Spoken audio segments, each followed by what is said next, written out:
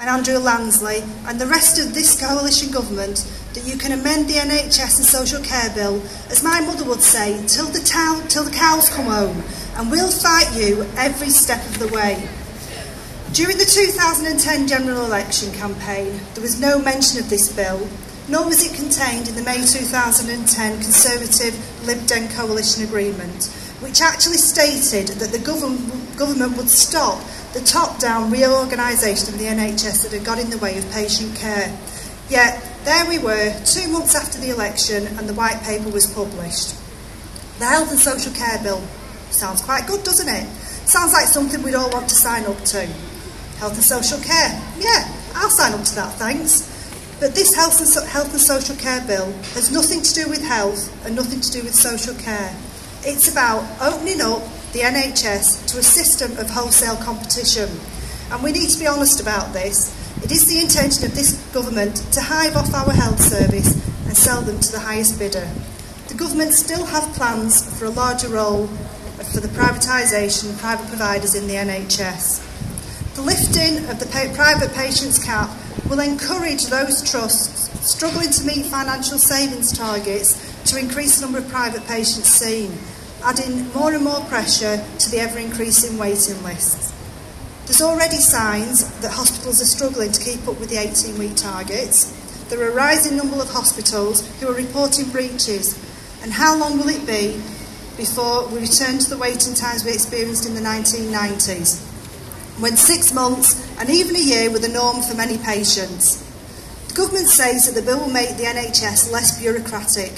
How on earth can changing the structure of the Department of Health, 10 SHAs, 151 PCTs into the Department of Health, a national commissioning board, 4 clustered SHAs, 50 commissioning support groups, around 300 clinical commissioning groups, clinical senates and Health Watch? How does that make the NHS less bureaucratic?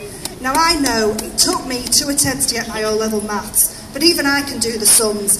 The cost of this programme is estimated at £1.4 billion. That is a disgrace. The bill also increases the risk of a postcode lottery nature to the delivery of our NHS services, with the power to choose what health services are closed or improved within our local area, passing to local, unelected people, with little or no scope for the government to intervene.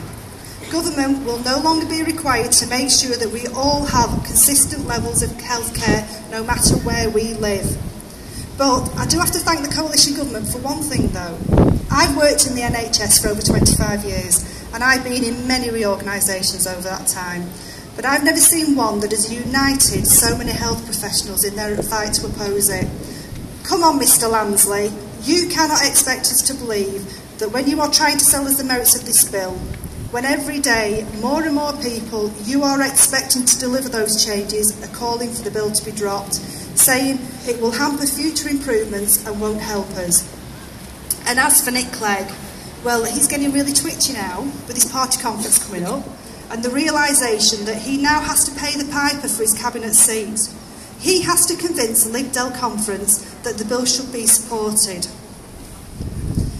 In the summer of 2010, he signed the foreword to the white paper outlining the reforms, and when the bill was introduced to Parliament, he described it as a fusion of the best of the Lib Dems and Tory principles. And then this week, he's writing to everyone he can think of, claiming credit and saying that with thanks to the Liberal Democrats, the bill is undoubtedly better. This from the man who not long ago was in full support of an unamended bill. Shame on you, Nick Clegg, you have no principles.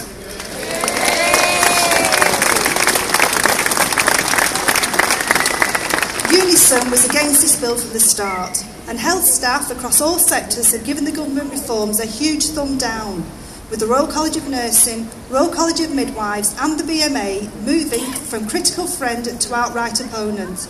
And Andrew Lansley is forever saying that the only people who are against the bill are those with a vested interest. Well, Mr Lansley, you're absolutely right and on that one. And I, for one, am happy to admit that I have a vested interest in the NHS. I have elderly patients, I have elderly parents who are regular users of the NHS. I have a son, and I hope to have grandchildren in the future. Alex, if you're out there listening to your mother, make sure it's not too soon in the future. Get your education first. And I want to make sure that they have the same access to healthcare that I have.